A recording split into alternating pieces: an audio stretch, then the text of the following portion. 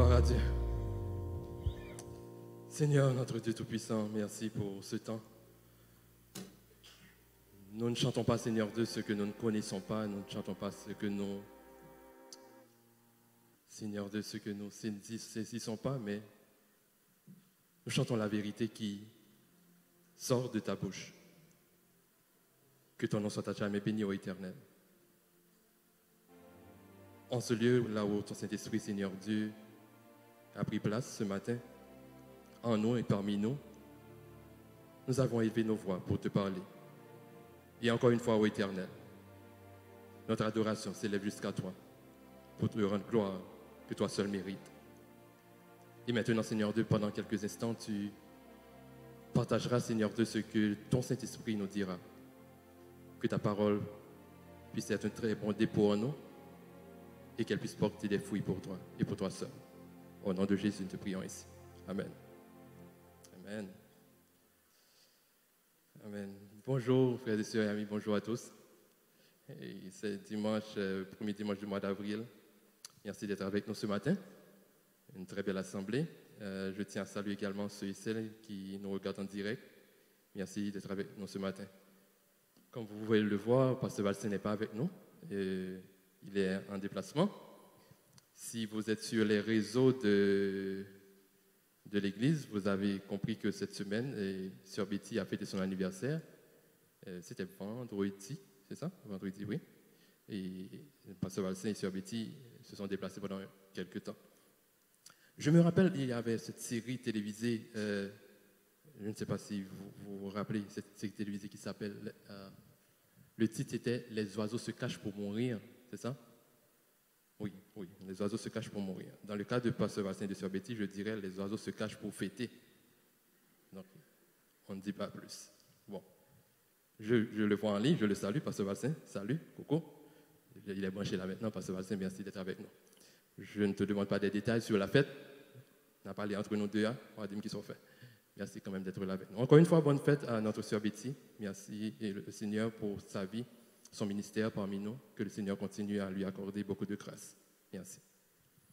Et à vous, chers amis, merci d'avoir fait le déplacement pour être avec nous ce matin. Merci. Merci à Maestro Romy et à toute l'équipe pour ce bon temps d'adoration.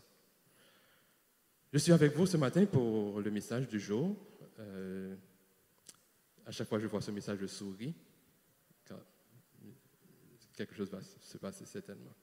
Et je viens de prier, mais je vais demander à l'assistance 1 minute de prière. Vous allez prier vous-même seul. 1 minute de prière pour vous seul. Juste pour demander à Dieu que ce message de la parole, que c'est lui qui utilise des mots que je ne dis pas pour vous instruire. Je vais manquer certainement des mots, des phrases. Je ne dirai pas tout simplement tout ce que je pense que je dois dire. Mais j'aimerais que vous preniez 1 minute afin que Dieu puisse vous communiquer un message clair pour ce matin. Ce message risque de froisser quelques-uns d'entre vous. J'espère que ce ne sera pas le cas, ou bien ceux qui nous regardent en direct. J'espère que je ne vais pas me faire lapider du haut de la chair. Au risque de mal interpréter mon message, prière de prier pour vous-même, pour ce qui va être dit.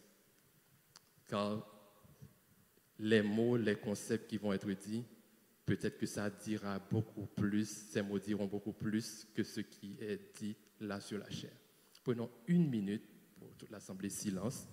Vous allez prier dans votre cœur. Ceux qui nous regardent en ligne vont prier. Et après quoi, je vais débuter ce message. Amen. J'espère que vous avez prié dans votre cœur. Le Saint-Esprit, certainement, a pris note des mots que vous avez dit. Je vais vous parler de la liberté. La liberté. Le coût de la liberté. Parmi les thèmes qui suscitent beaucoup de débats, d'attention, de convention, de résolution, figure le thème liberté. Liberté. Depuis que le monde est monde, on parle de liberté.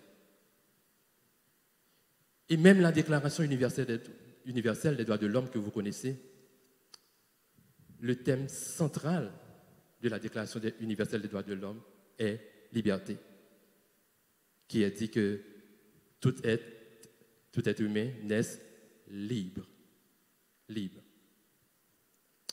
Aujourd'hui, dimanche des Rameaux, dans notre jargon religieux, là où on célèbre l'entrée triomphale de Jésus à Jérusalem, et 8 jours après, quelques jours après, il sera crucifié. L'essence même de cette célébration qu'a eu le peuple Israël à ce moment-là, c'est parce que le peuple Israël voulait célébrer la liberté, l'annonce d'une liberté que le Messie va donner. La liberté. Ces cris de joie en criant Hosanna, Hosanna, voici le Messie qui vient pour nous délivrer. C'était pour la liberté. Dieu crée l'homme libre. Dieu nous a créés libres. Dans toute la Bible, que ce soit la recherche, la conservation, la lutte pour la liberté sont constantes. Que ce soit la recherche, la conservation, la lutte pour la liberté, elles sont constantes. Dieu a créé l'homme libre, libre de ses mouvements, libre de ses pensées, libre de ses choix. Dieu nous a créés ainsi, depuis la création du monde. Dieu a tracé une ligne pour que son peuple puisse jouir de la liberté qu'il nous offre. Dieu n'a pas mis personne dans l'esclavage. Il a mis la liberté afin que vous et moi puissions jouir de la liberté. Mais de quelle liberté on parle? À chaque fois que le peuple Israël se déroute de la voie de Dieu, sa liberté est menacée, est reconsidérée. À chaque fois. Pour dire initialement, ce que Dieu avait fixé pour Israël, pour tout le peuple, pour tout le monde, pour tous les êtres humains, pour le monde entier, c'est la vie libre. Pas être mis en cage, pas être restreint de vos mouvements. Dieu vous donne le choix d'être libre, de choisir, de penser, de vos actions. La matinée serait trop courte, effectivement, pour parler de liberté en général. Mais par contre, j'aimerais vous exposer l'importance de cette liberté et les responsabilités qui s'attachent à la liberté. Certes, vous êtes libre, mais il y a des responsabilités qui s'attachent à votre liberté. Et c'est ce que nous allons voir ce matin. Pendant que vous pensez que vous êtes libre de tout ce que vous pouvez faire, mais si vous ne tenez pas compte des responsabilités qui s'attachent à la liberté, vous n'êtes plus libre. Vous n'êtes plus libre. Vous êtes esclave, attaché à quelque chose. Il y a une histoire dans la Bible, une partie de la vie du peuple d'Israël, où le goût de la liberté, la perception de la liberté était tellement proche, ça avait fait un grand impact sur l'attitude du peuple face à Dieu lui-même. Faites attention avec les termes, les mots ont leur sens. Lorsqu'on parle de délivrance, on ne peut pas forcément parler de liberté tout de suite. La délivrance, c'est l'action qui mène à la liberté. La délivrance, c'est l'action qui mène à la liberté. La liberté est l'état, la délivrance est l'action. La sortie du peuple Israël en Égypte a été pour la délivrance parce qu'il était sous le joug de l'esclavage. C'était la délivrance du peuple Israël. Parce que le peuple est appelé à être libre. Mais de la délivrance à la liberté, il y a tout un train. Il y a plusieurs étapes pour arriver à jouir de cette liberté. Nous allons voir à travers la Bible quelles sont ses responsabilités. Et je vais vous inviter à lire avec moi un passage que vous connaissez certainement. Comme d'habitude, j'aime prendre des passages que vous connaissez certainement. C'est en Josué. Nous allons lire de Josué 5 à partir du verset 10 jusqu'au chapitre 6 du verset 2, que je vous invite à lire avec moi. Si ce sera également affiché sur votre écran, je vous invite à lire sur l'écran également avec moi ou dans votre Bible. Là, vous pourrez noter, prenez note de ce qui va être dit. Encore une fois, que le Saint-Esprit vous dit clairement ce qu'il a à vous dire lui-même. Il est dit en Josué 5, à partir du verset 10, « Les enfants d'Israël campèrent à Gilgal et ils célébrèrent quoi? La Pâque, le 14e jour du mois, sur le soir, dans les plaines de Jéricho. » Soulignez que c'est dans les plaines de Jéricho. Prenez attention. Ils mangèrent du blé du pays le lendemain de la Pâque, des pains sans levain et du grain rôti. Ils en mangèrent ce même jour. Verset 12. La manne cessa le lendemain de la Pâque quand ils mangèrent du blé du pays. Les enfants d'Israël n'eurent plus de manne et ils mangèrent des produits du pays de Canaan cette année-là. Verset 13. Comme Josué était près de Jéricho, il leva les yeux et regarda. Voici un homme se tenait debout devant lui, son épée nue dans la main. Il alla vers lui et lui dit, « Es-tu des nôtres ou de nos ennemis ?» Il répondit, « Non, mais je suis le chef de l'armée de l'Éternel, j'arrive maintenant. » Josué tomba le visage contre terre, se prosterna et lui dit, « Qu'est-ce que mon Seigneur dit à son serviteur ?» Le chef de l'armée de l'Éternel dit à Josué, « ôte tes souliers de tes pieds, car le lieu sur lequel tu te tiens est saint. » Et Josué fit ainsi. Chapitre 6, versets 1 et 2. Jéricho était fermé et barricadé devant les enfants d'Israël. Personne ne sortait et personne n'entrait. L'Éternel dit à Josué, « Voici, je livre entre tes mains Jéricho et son roi et ses vaillants soldats. » Amen. Parole du Seigneur. Un passage que vous êtes vraiment habitués avec l'idée de la sortie du peuple à Israël, mais juste l'idée de mettre tout le monde sur la même page, faisons un petit peu le contexte de ce passage-là. Moïse vient de laisser le peuple. Moïse est remonté trouver Dieu. Dieu l'a pris Moïse et la relève a été faite par Josué. Dieu a appelé Josué à prendre la tête du peuple d'Israël comme le leader pour remplacer Moïse et Moïse qui n'est plus. Donc, ils ne sont pas entrés en Canaan. Ils ne sont pas encore en Canaan, ils sont arrivés devant la rivière du Jourdain. Et vous vous rappelez qu'on a envoyé des espions regarder Canaan, qu'est-ce qu'il y avait. Et vous vous rappelez que Rahab, pour cacher les espions juifs, il les a cachés. Ceux qui étaient là voulaient les prendre et ils se sont échappés grâce à Rahab. Rahab a demandé à ces gens de lui promettre, une fois que vous allez prendre cette ville, de lui protéger. Ça a été fait. Mais ensuite, ces espions, rapidement, se sont échappés. Mais une fois qu'ils ont fait le rapport à Josué, Josué était prêt à rentrer en Canaan. Il était prêt à rentrer. Il est dit que, au début, que si vous voyez le verset 9 et 8, le verset plus haut, que les sacrificateurs portaient l'arche de l'Alliance. Et une fois que les pieds des sacrificateurs étaient dans la rivière du Jourdain, les eaux du Jourdain se fendirent en deux et tout le peuple passait à pied sec. C'est l'histoire que vous connaissez. À travers ce passage des références bibliques, nous allons voir le coût de la liberté, ce qui entraîne certainement des responsabilités. Si tu n'es pas libre, il y a quelque chose qui te retient certainement. Si tu n'es pas libre, c'est parce qu'il y a quelque chose qui te retient, certainement. Cette chose ne disparaîtra pas juste à un claquement de doigts. Il faut un combat, il faut un mécanisme, il faut un changement pour que tu puisses te défaire de cette chose qui te retient. Aucune force qui te retient ne pourra pas disparaître juste parce que tu penses que tu es en liberté. La liberté demande très souvent de combattre. On n'obtient pas la liberté juste en restant assis comme ça, et la liberté devient. La liberté demande de combattre. Et c'est ce qu'on va voir. Dans le cas de ce passage que nous venons de lire, le peuple d'Israël avait laissé l'Égypte depuis déjà plus que 40 ans. Toute la génération qui avait laissé l'Égypte est morte dans le désert. Toute la génération.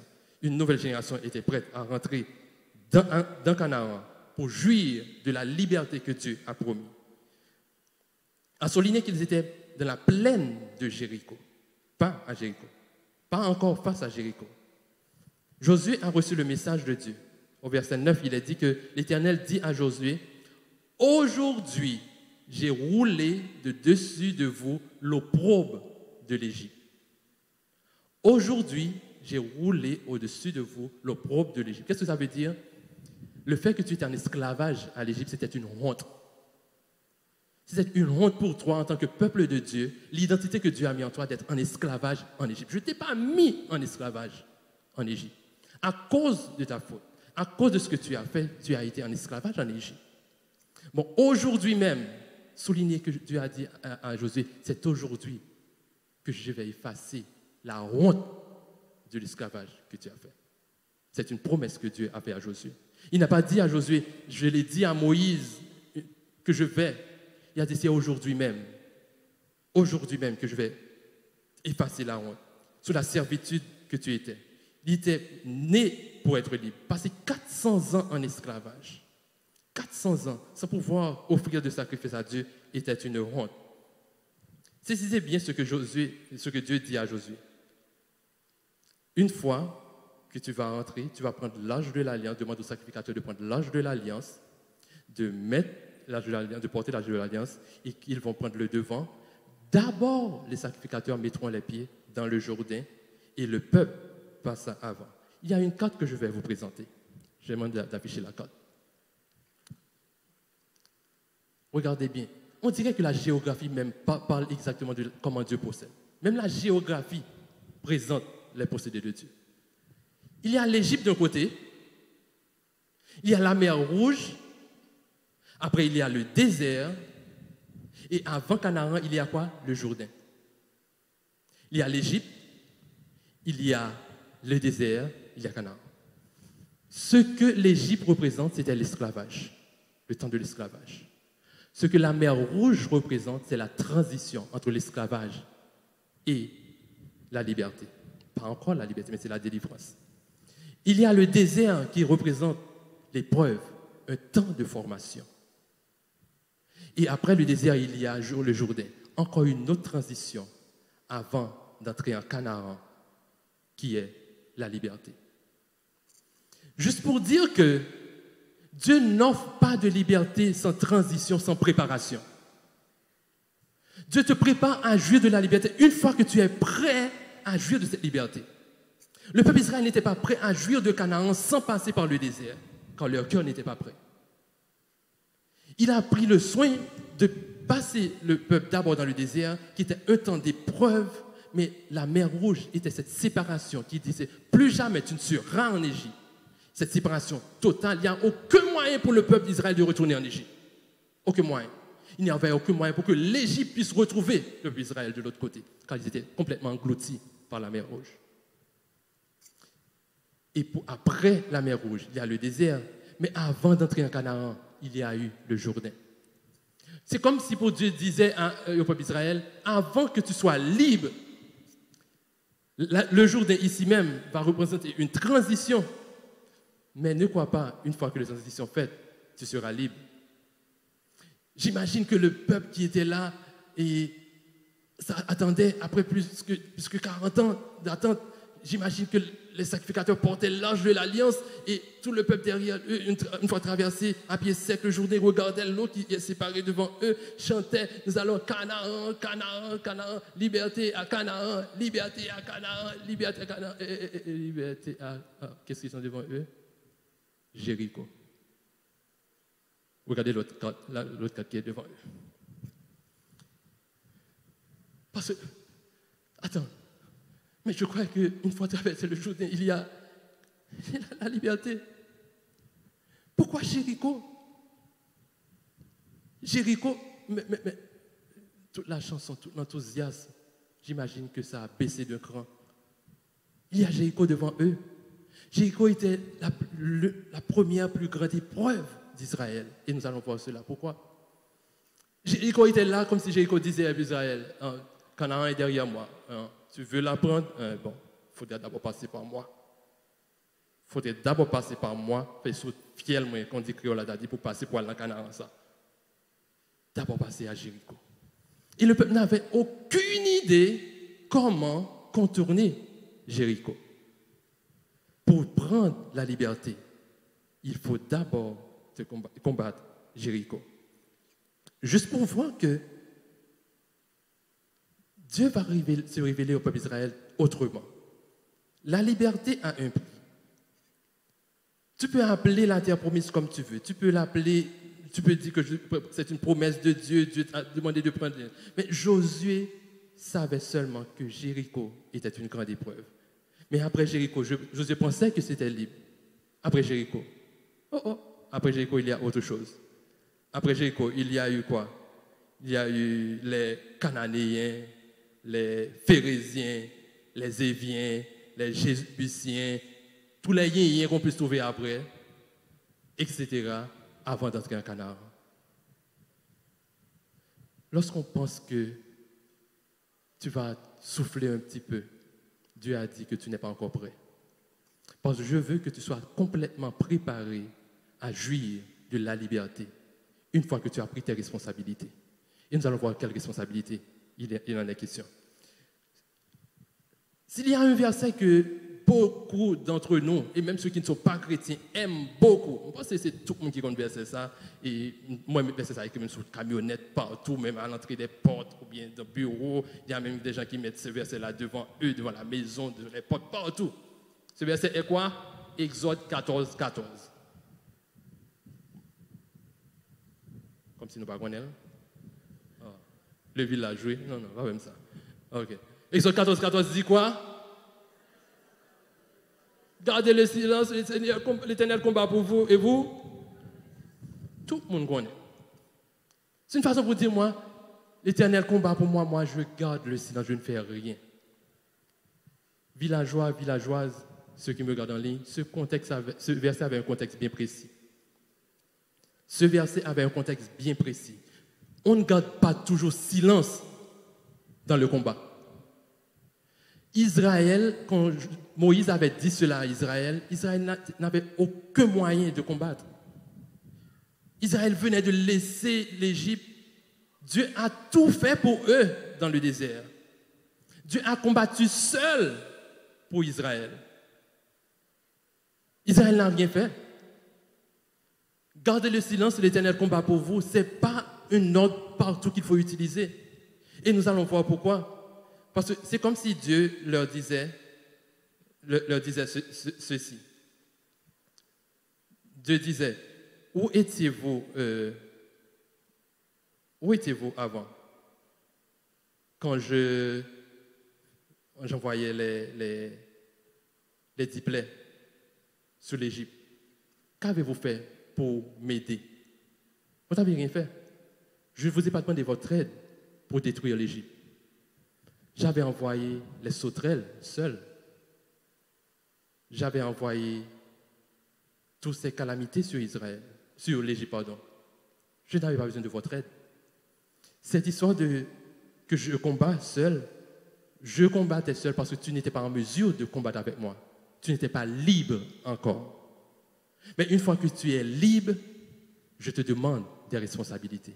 Regardons le verset 12 d'abord. Le verset 12, il est dit, la manne cessa quand? Le lendemain de la Pâque. Qu'est-ce qui s'est arrivé le lendemain de la Pâque? Quand ils mangèrent le blé du pays. Les enfants d'Israël n'eurent plus de manne et ils mangèrent les produits du pays de Canaan cette année-là. Quand est-ce que la manne a cessé? Quand ils nous ont goûté les fruits de la liberté. Le programme humanitaire a cessé. Plus de programme humanitaire, plus de subventions. Maintenant, je ne vais plus te donner la manne car je t'ai nourri dans le désert. Tu n'avais rien à faire. Tu étais là et la manne tombait du ciel. Tu n'avais rien à faire. Mais une fois que tu as goûté aux fruits de la liberté, c'est à toi-même maintenant d'aller cueillir les fruits qui sont à Canaan. C'est ta responsabilité. Quand je commence à te mettre sur pied, à te donner la maturité nécessaire pour prendre tes responsabilités. Il est dit que la manne, c'est ça. Plus de programmes humanitaires. La nourriture qui était gratuite n'est plus. Quand leur statut de peuple libre était établi. Fin de la subvention. Fin du programme humanitaire. Une fois que vous êtes libre, vous n'avez plus accès aux subventions. Si on continue à vous donner, à être dépendant, c'est que tu n'es pas libre. Si tu as ta cruche allongée partout, si tout le temps on met dans ta cruche quelque chose, c'est que tu n'es pas libre. Et une fois que tu connais ta responsabilité d'homme libre, tu sauras que tu dois travailler pour jouir de ta liberté. Israël a cessé de trouver la manne. Dieu te permet d'avoir ce temps d'assistance dans le désert afin que tu aies le temps d'apprentissage. Dieu te permet ce temps dans le désert. Pendant que tu étais dans le désert et qu'il te nourrissait, le peuple dormait, se réveillait et puis la manne était là. La nourriture était là devant. Ils n'avaient rien à faire. Mais c'était un temps pour eux d'apprendre comment faire, comment procéder seul. Pour ceux qui ont du combat, regardons la suite du passage. Il est dit, au verset 13, « Comme Josué était près de Jéricho, il leva les yeux et regarda. » Notez qu'il était près de Jéricho. Il n'était pas encore devant Jéricho, face pour combattre à Jéricho. Il est dit, « Voici un homme se tenait debout devant lui, son épée nue dans la main. Il alla vers lui et lui dit, « Es-tu des nôtres ou de nos ennemis ?» Souligner un homme. Ce n'était pas un simple homme. C'était Dieu le Sauveur lui-même qui était là. C'était Dieu le Sauveur qui était là. Je vais vous prouver cela. Il est dit qu'au verset 14, il répondit, « Non, mais je suis le chef de l'armée de l'Éternel. J'arrive maintenant. » Josué tomba sur le visage contre terre et se prosterna et dit, « Qu'est-ce que mon Seigneur dit à son serviteur ?» Regardez bien. Malheureusement, le français n'aide pas très souvent dans 8 secondes. Si vous êtes un petit peu accro aux détails, et j'aime, et comme Dr. Elsie aime aussi taquine sur les détails, comme moi, elle est aussi attachée aux détails, il faut aller regarder le sens des mots. Quelle était la question de Josué? Es-tu des nôtres ou de nos ennemis? Quelle a été la réponse? Non. Ce non-là est pour les deux volets de la question. Je ne suis pas des vôtres, mais je ne suis pas de vos ennemis. Ah, là, grand problème. Dieu n'est pas des nôtres. Dieu n'est pas des nôtres. Mais qui es-tu? Je suis le chef de l'armée de l'Éternel. Pas un chef, pas un commandant, le chef de l'armée de l'Éternel, Jésus lui-même, qui se présente à Josué. Et qu'est-ce qu'il a dit à Josué? Il dit à Josué, verset 15, « Ôte tes souliers de tes pieds, car le lieu sur lequel tu te tiens est saint. » Et Josué fit ainsi. Où est-ce que vous avez entendu ça pour la première fois? Où? Moïse, devant le buisson ardent. Moïse, quand il s'est présenté à Dieu devant le buisson ardent, qu'est-ce que la voix de Dieu à travers le buisson ardent lui a dit? « Ôte tes souliers, car le lieu sur lequel tu te tiens est un lieu saint. » Avant que Moïse puisse aller accorder la liberté à Israël, qui est-ce qu'il a vu pour la première fois? Dieu. Avant que Josué puisse accorder la liberté totale au peuple d'Israël, qu'est-ce qu'il a vu pour la première fois? Dieu. Dans deux aspects différents. Dieu s'est révélé à Moïse comme attrayant, attirant. Ce buisson ardent, de loin, Moïse avait vu ce buisson ardent. Ça a attiré Moïse. Mais Dieu s'est présenté à Josué comme un combattant. Un combattant. Celui qui va combattre. Notre perception de Dieu détermine, non, notre passé, nos expériences déterminent ce que nous pensons de Dieu. Il faut dire que le chef de l'armée de l'Éternel dit « J'arrive maintenant ». C'est juste pour dire que au point que tu es là maintenant, il n'est plus question que je reste à distance, que je te regarde. Je viens plus près, parce que le combat ne va pas le mener, on va pas mener pour compte. On va pas côté. Il a dit qu'une épée nue dans la main. Pourquoi il a dit qu'une épée nue? L'épée n'était pas dans son fourreau. Il faut dire que le combattant était prêt pour attaquer. Dieu s'est positionné en combattant pour accorder cette bataille à Israël, juste pour obtenir la liberté. Cette image de Dieu pour Josué était nouvelle. Comment voir Dieu comme combattant? Mais c'est parce qu'on m'a appris de toi, Seigneur. Mais avant, c'est parce que j'ai appris de toi. J'ai appris que tu pouvais tout faire et là où tu es, tu dis un mot et la mer rouge se fend en deux. Mais nos ennemis, je ne te comprends pas comme ça, Seigneur. Dieu a révélé à à Josué, regarde, aujourd'hui c'est autre chose. Tu m'as regardé faire quand l'eau du Nil s'est changée en sang. Tu m'as regardé faire lorsque j'ai envoyé les grenouilles dévorer les récoltes des Égyptiens. Tu m'as regardé faire lorsque les moustiques avaient envahi l'Égypte. Tu m'as regardé faire quand la vermine a pris les hommes et les plantations. Tu m'as regardé faire lorsque la peste a détruit tout le bétail. Quand les furoncles avaient envahi les hommes et les plantes. Quand j'ai envoyé la grêle du ciel, tu m'as regardé faire. Quand les sauterelles avaient ravagé toutes les plantations, tu m'as regardé faire lorsque la ténèbre s'est établie 3 jours et 3 nuits, totalement sur l'Égypte. Tu m'as regardé faire lorsque j'ai donné la mort au premier-né d'Égypte. Tu m'as regardé faire tout simplement. Mais maintenant, il est temps que tu combattes à mes côtés. Tu ne vas pas combattre, je ne vais pas combattre pour toi.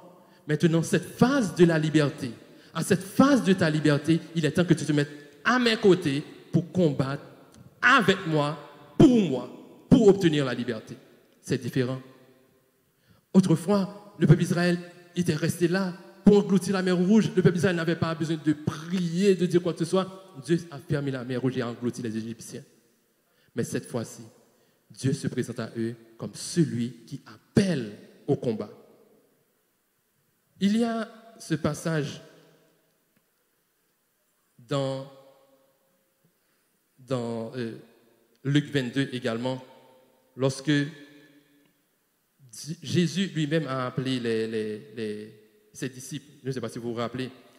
En Luc 22, il est dit au verset 35, vous vous rappelez que Jésus lorsqu'il avait envoyé ses 70, au début il était 70 disciples, pour aller répandre l'évangile, il avait dit d'aller sans de sac, ne prenez pas de sac, ne prenez rien, ne prenez pas d'eau, ne prenez rien, pas d'argent, allez comme vous avez avec les 2 mains, 2 pieds, allez prêcher la bonne nouvelle. Par contre, prenez attention, ce n'est pas moi qui le dis, c'est la Bible qui le dit. Au verset 35, en Luc 22, qu'est-ce qu'il a dit?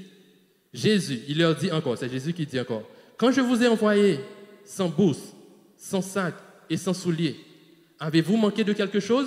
Qu'est-ce qu'ils ont répondu? De rien.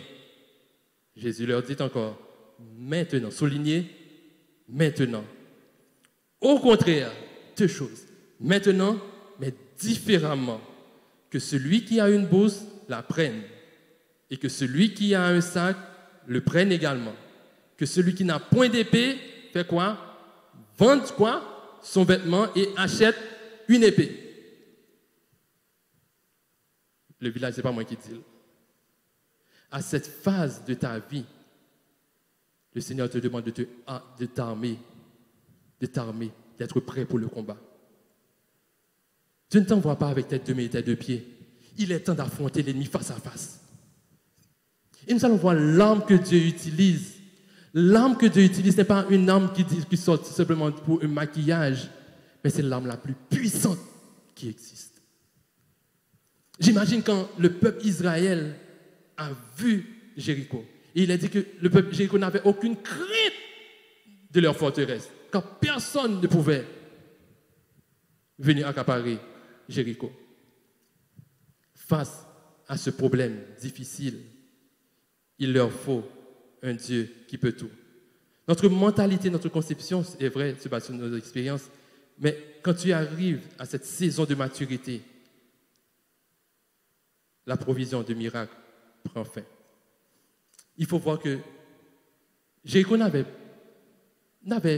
pas moyen que quelqu'un puisse venir tirer des flèches ou des boulettes pour accaparer la ville. Face à un problème difficile, il faut un Dieu extraordinaire. Face à des problèmes ordinaires, il faut un Dieu plus qu'extraordinaire. Et c'est ce que Israël a utilisé. Un Dieu plus qu'extraordinaire. Dieu a dit à Josué, cette forteresse que tu vois là, qui est aux yeux de tous imprenable, imbattable, insurmontable, je la livre entre tes mains.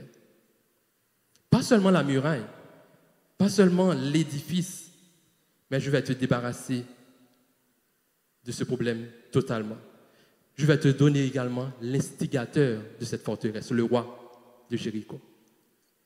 Pas simplement le roi, mais je vais te mettre entre tes mains, te livrer aussi tous les vaillants soldats. C'est pour dire que quand Dieu règle le problème, il ne règle pas un problème à moitié, à trois quarts, il règle le problème net, définitivement. Juste pour permettre de traverser, pour aller jouir de la liberté qu'ils offrent. Ils s'attendent à ce qu'on lance des flèches, des pierres au combat corps à corps. Non, non, mais je vais leur montrer qu'est-ce que ça donne quand un peuple m'obéit, s'engage auprès de moi, lève la voix et éclate en louange et l'adoration. Qu'est-ce que ça donne? Je vais leur montrer. Et c'est ce que le peuple a fait. Le problème n'est pas simple. La solution ne peut pas être simple. Face à un ennemi qui ne combat pas avec les armes ordinaires, tu as besoin d'un Dieu qui est plus qu'extraordinaire. L'ennemi en face ne te caresse pas la tête. Ne te caresse pas la tête. J'aimerais vous montrer cette partie-là pour comprendre que quand tu vis en esclavage, tu n'es pas maître de ta destinée. Si tu veux regarder la différence qu'il y a entre vivre dans le désert et vivre dans Canaan, si ce sera projeté ici, je vais vous dire. Dans le désert, le peuple d'Israël a pu trouver de l'eau juste en frappant les rochers. Il a pu trouver des lacs à boire. Mais dans Canaan, ils sont responsables de creuser leur propre puits. Quand tu es libre, Dieu s'attend à ce que tu prennes tes responsabilités. C'est à eux d'aller creuser des puits pour boire. Quand tu es libre, tu as des responsabilités, tu as des devoirs. Je suis responsable pour te donner l'espace pour le puits, mais c'est à toi de le creuser, les puits. Dans le désert, il y a eu la manne, nourriture gratuite, programme gratuit. Mais dans Canaan, ils devraient semer leur propre blé, planter eux-mêmes leur nourriture pour récolter. Dans le désert, la viande venait du ciel, ce qui est dans l'Exode 16. Si vous regardez dans l'Exode 16, il y avait les cailles, la viande qui sortait du ciel. Mais en Canaan, ils devaient s'occuper eux-mêmes de l'élevage.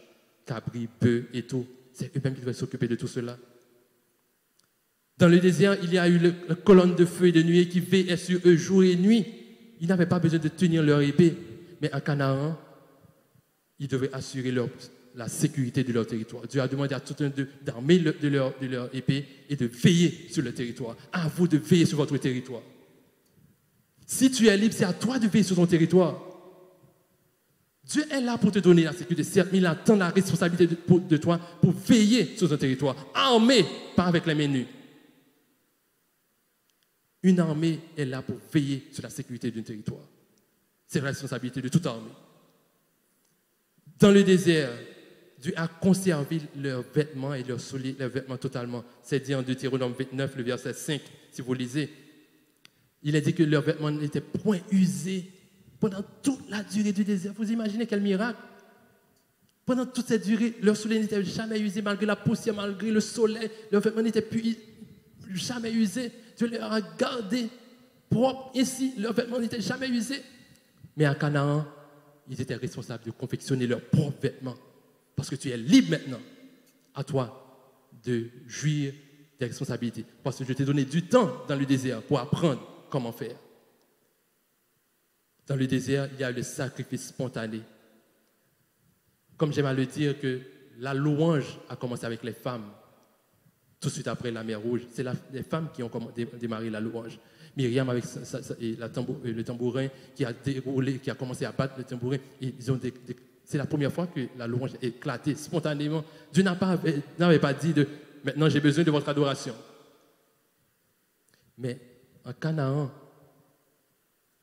c'est à toi d'initier, qu'il y ait événement ou pas, ton propre sacrifice.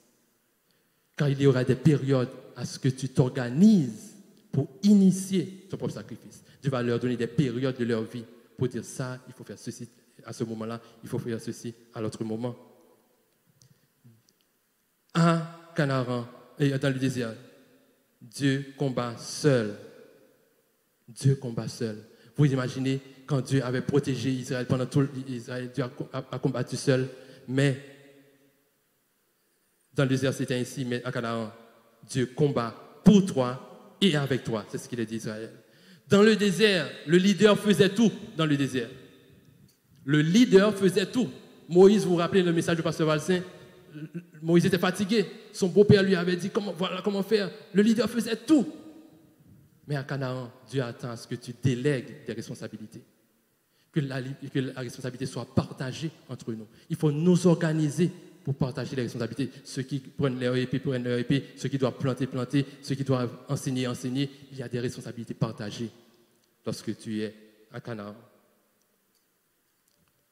Je ne peux pas finir ce message pour ne vous pas donner cet avertissement.